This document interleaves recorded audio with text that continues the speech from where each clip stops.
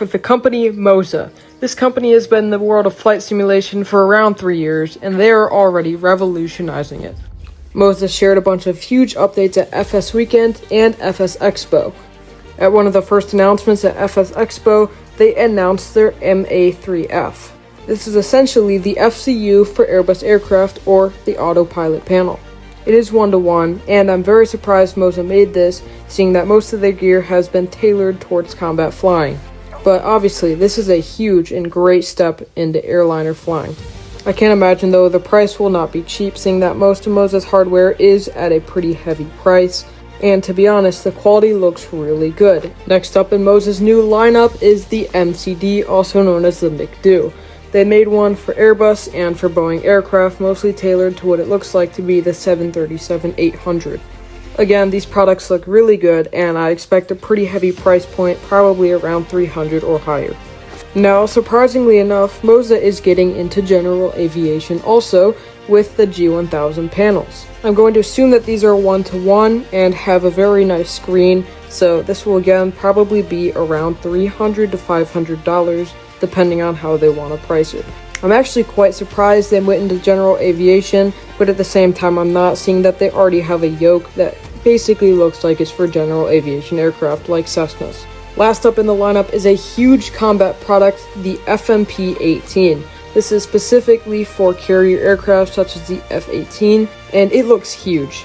I'm going to be completely honest when I say this, I expect the price point to be extremely high for this product, probably towards $700 to $800.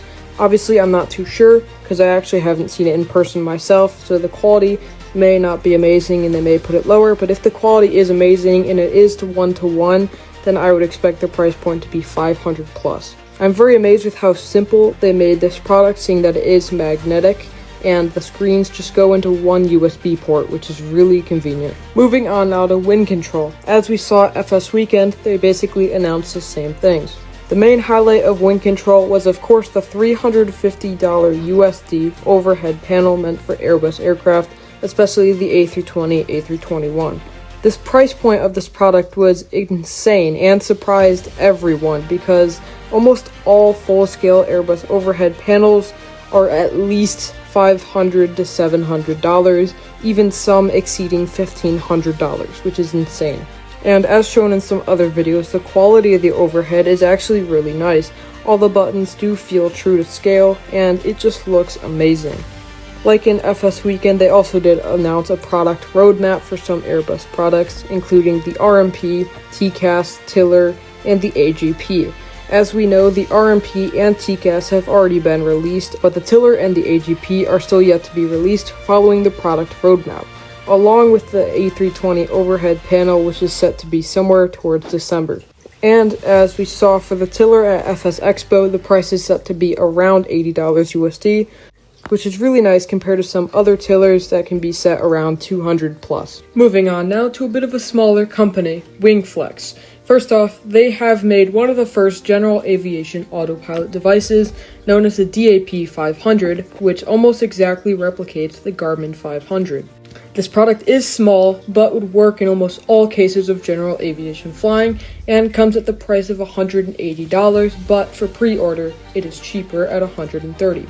Next up, Wingflex is actually moving into more of the Airbus-style products, making the GMP gear management panel. This will be a true-to-scale replica of the chrono, the gear lever, and the auto brake, coming at the price of $190 USD.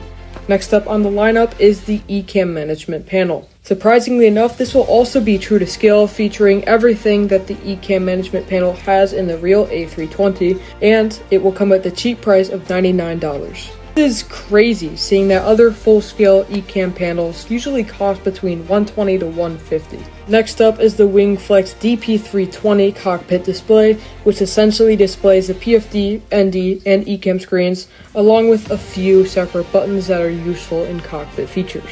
Surprisingly enough, it'll be at a reasonable price of around $200 USD. Next up on the Wingflex lineup is the Tiller. This is a long-awaited product for a lot of people, not specifically from Wingflex, but from companies in general. Most companies have created this, but are extremely expensive, so this product being $99 is actually very reasonable compared to some of the bigger companies. Now, there are actually some surprising features coming to the Wingflex product lineup later in 2027.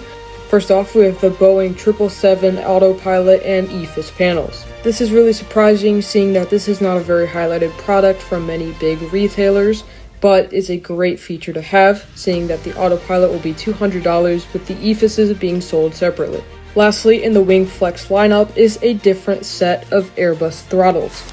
Like the ones from WinControl, it would come with your flaps and speed brakes, but you can get another option without the flaps and speed brakes for a fully motorized and full range throttle. I can imagine it will be pretty expensive, seeing that it is fully motorized and full scale with a full range of motion, but of course with these other cheap products, it may be just the same. For the final company I'm going to present products on, we have Thrustmaster. Thrustmaster has been in this game for a lot of years now, and some of the products have been disappointing, with others being very good. So they have finally introduced the general aviation yoke, introducing the Thrustmaster Sky Yoke.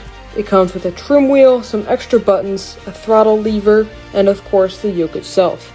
And it is actually becoming one of the most affordable general aviation yokes out there, competing with Honeycomb at the price of $200 USD. So, as you guys saw, 2026 and going into 2027 is going to be revolutionary for all flight sim pilots.